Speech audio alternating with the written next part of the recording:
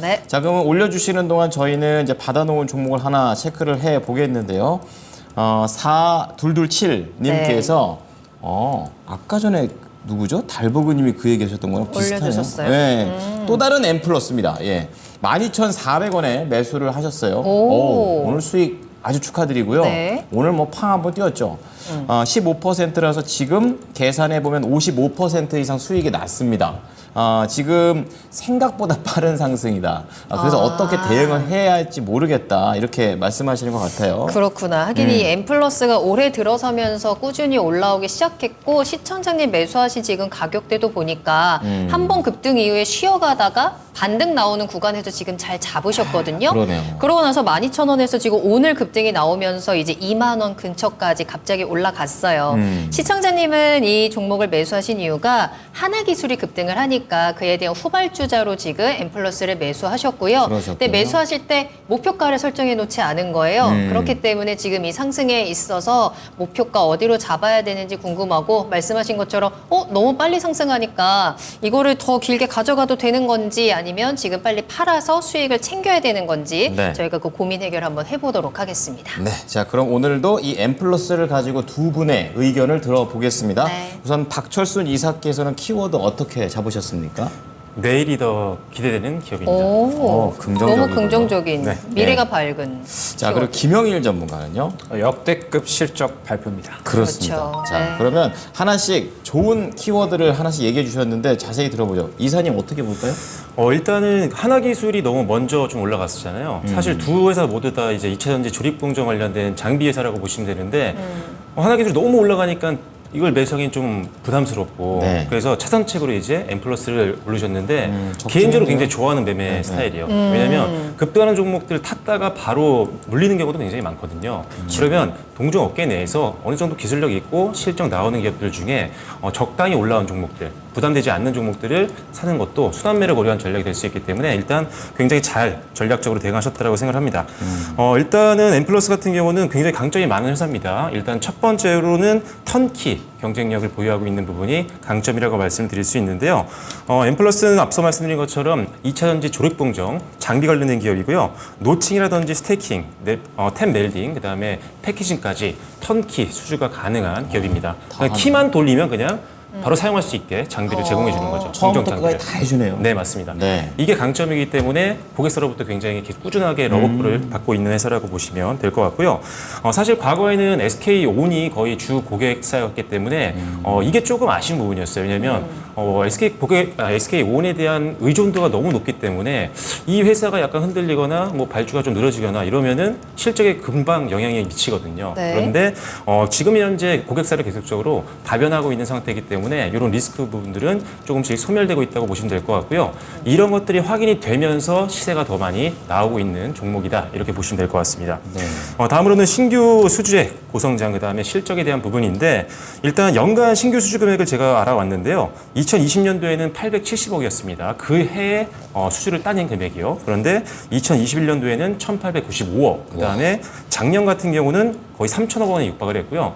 올해 같은 경우도 고객사를 좀 다변화했기 때문에 4천억 원 가까이도 지금 바라보고 있습니다. 수주로 쓸어오네요, 거의. 네, 일단은 가이던스 보면 사실 지금 4천억 원 이상까지 바라보고 있는 기업들도 많이 있거든요. 네. 그래서 일단 실적에 대한 기대감이 굉장히 높고 그 전에 방금 말씀드린 신규 수주 결국 이게 실적으로 이어지는 거잖아요. 그렇죠. 신규 수주가 올해 4천억 원을 넘을 가능성도 있는 굉장히 좋은 기업이다. 이렇게 보시면 될 것 같습니다.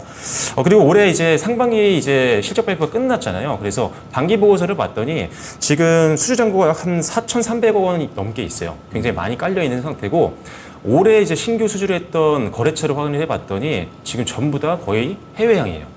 그래서 지금 원이라든지 AESC 같은 이런 해외향이기 때문에 앞서 말씀드린 리스크 요인이 뭐였냐면 SK온에 너무 의존을 하고 있었다는 부분이었잖아요. 근데 이 부분이 이제 해소가 됐구나. 그래서 반기 보고서를 열어봤더니 회사가 리스크가 소멸이 된 게 실제 눈으로 확인이 될 수 있었기 때문에 시세가 어떻게 보면은 7월부터 시작해서 쭉 올라왔다라고 볼 수도 있을 것 같아요. 그래서 굉장히 좋다라고 보시면 될 것 같고 다음으로는 이제 추가 발주에 대한 부분인데 SK랑 이제 현대차가 이제 합작 법인이 있습니다. 여기서도 추가 발주가 나올 수 있을 걸로 예상하고 있어요. 일단 하반기 안에 나올 걸로 보고 있는데 그 이유는 기존에 납품을 예상을 했었던 레퍼런스가 있습니다. 그래서 일단 가장 확률이 높은 회사라고 생각을 하고 있고 유럽 쪽도 셀메이커 쪽에서 한 500억 원 정도 수주가 하반기 때 나올 것으로 지금 전망을 굉장히 긍정적으로 하고 있는 그런 상황입니다.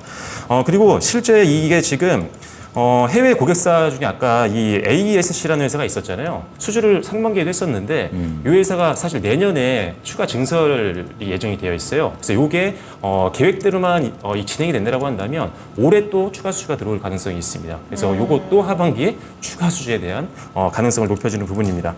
특히나 이제 해외 수주 같은 경우는요, 국내향보다는 훨씬 더 마진율이 높기 때문에 수익성 개선에도 굉장히 도움이 많이 됩니다. 그래서 하반기 때 다양한 해외향으로부터의 어떤 수주가 예정이 되어 있고 국내도 마찬가지고요. 그래서 상반기보다 하반기가 조금 더 개인적으로는 실질적인 측면에서는 더 기대감을 가지셔도 좋을 것 같습니다. 그래서 지금 요 기업 같은 경우는 지금 많이 올라왔기 때문에 차익명을 나오면 어떤 종목도 눌림은 나올 수가 있겠죠.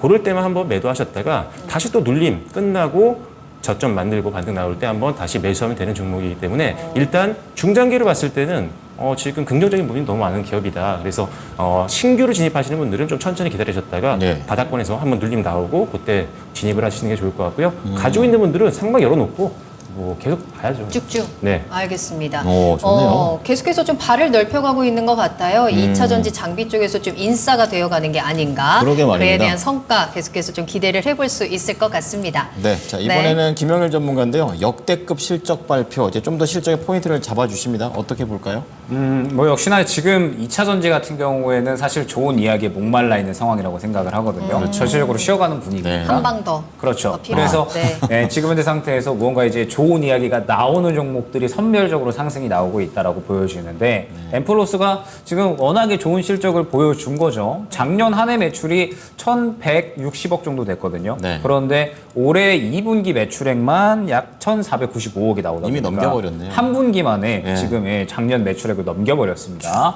대단한 지금 행보를 보여주고 있고 그러네요. 올해 매출액도 지금 3천억이 넘어갈 것으로 예상이 되고 있기 때문에 그러면 작년 대비해가지고 매출이 3배 껑충 뛴다. 그럼 주가도 3배 껑충 뛸 수 있는 것이 아닌가. 그렇죠. 네, 네. 그냥 단순하게 생각을 해보면. 기대가 그만큼 있는 거죠. 네, 그렇죠. 그런 부분을 이제 기대를 해볼 수가 있는 것이고 워낙에 지금 2차 전지 장비 쪽은 장비는 결국에는 수주량이 얼마나 많아지는가가 중요한 거거든요. 네. 그런데 지금 수주 잔고가 4천억이 넘게 있다라고 하는 건 결국 이제 M+의 이 주가 또한 실적에 대해서 계속적으로 기대감을 갖고 올라갈 수 있다라는 뜻이 될 겁니다. 그렇기 때문에 지금 현재 상태에서 장기적으로 충분히 이제 기대할 만하다라고 저는 생각을 하고 있고 그러면서 이게 중요한 부분이 2차 전지 이 업종들이 전 전체적으로 바닥을 잡아줬다라고는 생각을 하거든요. 네. 종목들이 이제 바닥을 잡아줬다라고는 생각을 하는데 이제 이 바닥을 잡아준 구간에서 사실 또 종목들이 선별적으로 상승이 나오고 있어요. 에코프로 그룹주들은 전체적으로 조용한데 최근에 포스코 그룹주들은 상당히 잘 또 나가요. 양호한 모습을 네, 보여주고 맞아요. 있잖아요.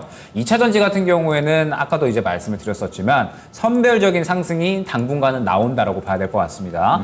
우리가 이제 한창 즐겼었던 시장 장세 4, 5월 달에 2차 전지가 막 이제 날아갔었던 맞아요. 그러한 장세를 생각을 했을 때 2차 전지가 가면은 뭐 장비고 소재고 할 것 없이 다 따라갔었던 시장이 있었거든요. 근데 지금 현재는 그러한 모습보다는 조금 더 이제 좋은 이야기가 나오는 종목들에 한해서 선별적으로 상승이 나온다라고 봐야 될 것 같고 그러면 지금 현재 M+의 이 이야기는 글로벌적으로 경기가 안 좋은 상황에서 수주량을 굉장히 크게 늘려갔다라는 부분이기 때문에 결국에는 이러한 부분들이 이제 선별적으로 상승이 나오는 이러한 이제 2차 전지 업종 내에서도 더욱더 수급이 쏠릴 수 있는 환경이 될 수가 있다라는 거고 그러면서 하반기까지도 계속해서 이 수주 잔고가 많이 남아있기 때문에 실적에 대한 긍정적인 흐름은 유지가 될 거란 말이죠. 그러면은 지금 현재 상태에서 저는 또 추가적인 상승에 대한 모멘텀은 아직까지 남아있다라고 보여주고 있기 때문에 M+ 같은 경우에는 아까 말씀 주셨던 것처럼 단기적으로도 네. 그다음에 중장기적으로도 굉장히 담아갈 만한 종목이 아닌가 생각이 됩니다. 네, 오늘 M+가 정말 급성장을 보여줬는데 사실 네. 그렇다고 해서 오늘 2차 전지 종목들이 다 좋았느냐라고 하면 확실히 그건 아니거든요. 차별하죠. 맞아요. 그리고 또 먼저 갔던 하나기술도 오늘 하락으로 마감을 했단 말이죠. 이렇게 한 방이 필요했던 시장에서 M+의 여러 가지 호재들이 좀 소식이 나오면서 확실하게 지금 대장주로서 역할을 해주는 게 아닌가라는 생각이 드는데 현재 2차 전지 장비에서 대장주 M+로 조금 조금 더 주목을 해도 괜찮을까요? 네, 일단 하나기술이 네. 계속 대장주를 하다가 응. 이제 뭐 역전되지 않았나 싶네요. 지금 오. 최근에 사실 최근까지 오늘까지 봤을 때 단기적인 성장 주가 상승률은 사실 M+가 훨씬 높았었거든요. 네. 물론 하나기술도 비슷한 회사긴 해요. 왜냐면은 턴키가 가능하고 네. 경쟁력 있는 기술력을 갖고 있는 회사이기 때문에 뭐 굉장히 저는 뭐라고 할까요? 같이 이끌어 서로 경쟁하면서 같이 올라갈 수 있는 회사. 그렇죠. 네, 네. 그래서 굉장히 서로 도움이 되는 회사라고 생각하고요. 일단 지금은 주가적인 측면으로 접근하는 게 좋을 것 같아요. 일단 요 종목도 밀리면 또 하나기술이 갈 수도 있습니다. 네. 그래서 두 개를 좀 돌아가면서 어차피 중장기적인 어떤 관점에서 봤을 때 뭐 업황이라든지 아니면 두 회사가 갖고 있는 어떤 강점이라든지 그리고 실적에 대한 어떤 전망이라든지 이런 것들이 둘 다 유사하기 때문에 일단 이런 종목들은 기술적으로 접근하시는 게 좋을 것 같습니다.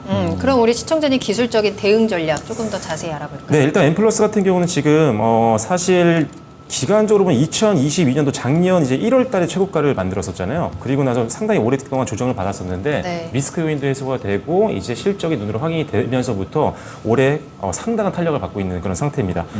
그래서 사실 지금 윗꼬리가 달린 부분이 작년 8월 고점 부분이잖아요. 그래서 여기가 사실 저항이 나올 수 있는 구간이긴 했습니다. 여기서 물리신 분들은 지금 거의 뭐 1년을 넘게 기다리신 거잖아요. 네. 그래서 일단은 여기서 저항은 나왔지만 지금 추세가 그렇게 밀렸다라고 볼 수는 없을 것 같고요. 그리고 오늘 사실 47만 주 이상 대량의 외국인들 매수세가 들어왔었는데 지금 외국인들이 사실 국내 증시에서 계속 빠져나가는 상황이거든요. 물론 액티브 자금은 좀 들어오고 있지만 패시브는 계속 밀리고 있는 상황이다 보니까 외국인들이 들어오는 종목들은 좀 주목할 필요가 있습니다. 그래서 외국인들이 이탈이 되고 있는 상황 속에서 M+로 오늘 대량 매수했다? 좀 더 일단은 수급적으로는 기대감을 좀 가지셔도 좋을 것 같습니다. 그렇군요. 네, 그래서 일단 내일장 아주 시원하게 좀 뚫어줬으면 좋겠고 일단은 시간외에서는 그렇게 많이 오르진 않았습니다. 강보합으로 끝났고요. 다만 이제 내일도 충분히 올라갈 수 있는 가능성이 있으니까요. 이 종목은 목표가는 일단 21,000원으로 잡아드리도록 하겠고요. 1차적인 목표가입니다. 일단 계속 여기서 저항이 안 나오면 계속 들고 가시는 게 좋고요. 다만 여기서 만약에 내일 이 저항선을 뚫지 못하고 만약에 밀린다라고 한다면 손절가는 18,500원 정도로 제시를 해드리면 될 것 같습니다. 네. 자, 2차 전지 하면은 사실 이제 장비를 요즘 좀 얘기를 좀 하고는 있지만 저는 2차 전지는 역시 양극재다 이런 생각을 좀 하고 있는 사람입니다. 물론 네. 이 투자자분들께서도 양극재에 대한 관심도가 굉장히 높은 걸로 아마 2차 전지 시작을 하셨었기 때문에 2차 전지 양극재가 쉬는 동안 장비가 이제 어느 정도 수익을 좀 수익의 대안이 좀 될 수 있을까 이런 질문도 할 수 있을 것 같습니다. 어떻게 보십니까? 그거는 이제 M+ 하나가 같다라고 해서 네. 속단하기에는 조금 이르지 않을까라는 생각을 해요. 아, 신중하게 가야 되네요. 네, 그러니까 지금 2차 전지가 아직까지는 쉬어가는 분위기인데 네. M+가 왜 이렇게 잘 올라왔냐라고 하면 역시나 이 실적이 잘 나왔기 때문에 그런 거잖아요. 네. 그러면 전체적으로 2차 전지 장비가 다 실적이 잘 나와서가 게 아니라 M+ 혼자서 이제 실적이 잘 나왔기 때문에 올라간 거지. 개별 이슈인 거죠. 네, 그렇기 네. 때문에 장비를 다 같이 끌고 갈 만한 이슈다라고 저는 생각이 되지는 않아요. 그렇기 때문에 무언가 분위기를 형성을 하려면 하반기에 장비주들이 다 수익이 잘 나올 수가 있다라는, 그러니까 수익성이 다 뛰어나지면서 실적이 다 잘 나올 거다. 네. 이런 분위기가 형성이 돼야지 장비주가 쭉쭉쭉 끌고 올라갈 수가 있는 거지. 거기까지는 아닌가 봐요. 네, 거기까지는 저는 아니다라고 생각을 합니다. 그렇기 때문에 일단 지금 상황에서 M+가 또 워낙에 저평가도 되어 있는 종목이고 실적도 네. 어마어마하게 잘 나왔다 보니까 네. 지금 현재 시장이 오늘 좋지가 않았잖아요. 그랬죠. 그럼에도 불구하고 개별 종목 장세에서 이렇게 주목을 받은 거다라고 저는 보고 있어서 장비가 대안이 된다라고까지 가기에는 너무 이제 멀리 갔다라고 생각을 합니다. 그렇기 때문에 저는 아직까지 M+처럼 2차 전지를 접근을 하려고 한다라고 하면 네. 선별적으로 저는 계속 접근을 해야 된다고 생각을 하거든요.